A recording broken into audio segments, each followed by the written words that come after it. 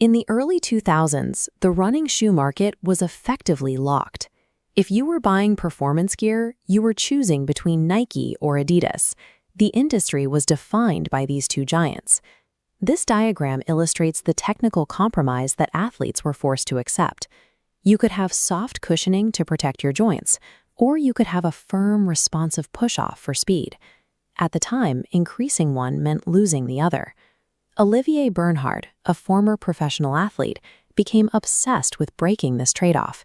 He wanted to design a shoe that offered both, the sensation of landing on clouds and the power of a rigid launch pad.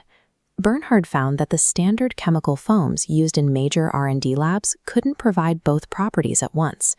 To find a solution, he had to look outside the traditional world of sportswear engineering. He began experimenting in his backyard. Bernhard took a common garden hose, cut it into small circular sections, and glued them to the bottom of his shoes to see how they would react to the weight of a runner. The experiment worked. It demonstrated that the conflict between cushioning and power could be solved with a mechanical structure, rather than relying on the chemical properties of foam.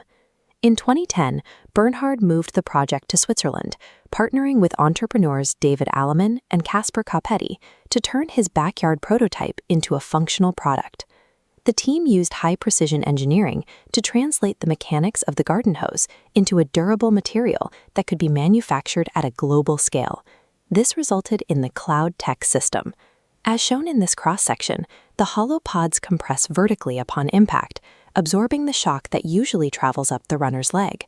Once compressed, these pods lock together to form a firm, solid foundation. This allows the runner to push off from a rigid surface, launching their energy forward instead of losing it in soft foam. The shoe's aesthetic followed its function. While most 2010 running shoes were bulky and brightly colored, the Swiss team opted for a sleek, minimalist design that highlighted the mechanical sole. By treating the sole as an active mechanical device, On developed a structural model for footwear that was distinct from anything else on the market. Launching a new brand in a monopolized industry was difficult. Major retailers were skeptical, and the team had to build trust with a consumer base that had never heard of them. The visual design was a hurdle.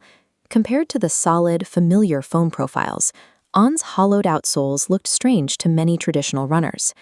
Because they couldn't afford the massive advertising budgets of their competitors, the founders focused on a grassroots strategy. They bet if runners actually felt the shoes in motion, the product would speak for itself. The plan worked.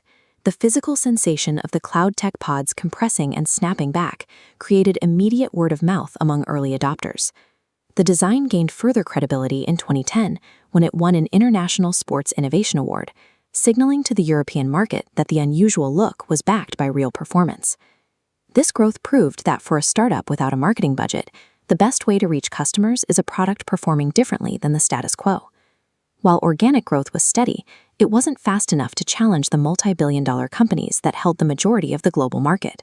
But that changed when the brand partnered with tennis legend Roger Federer. Federer's role went beyond a standard endorsement.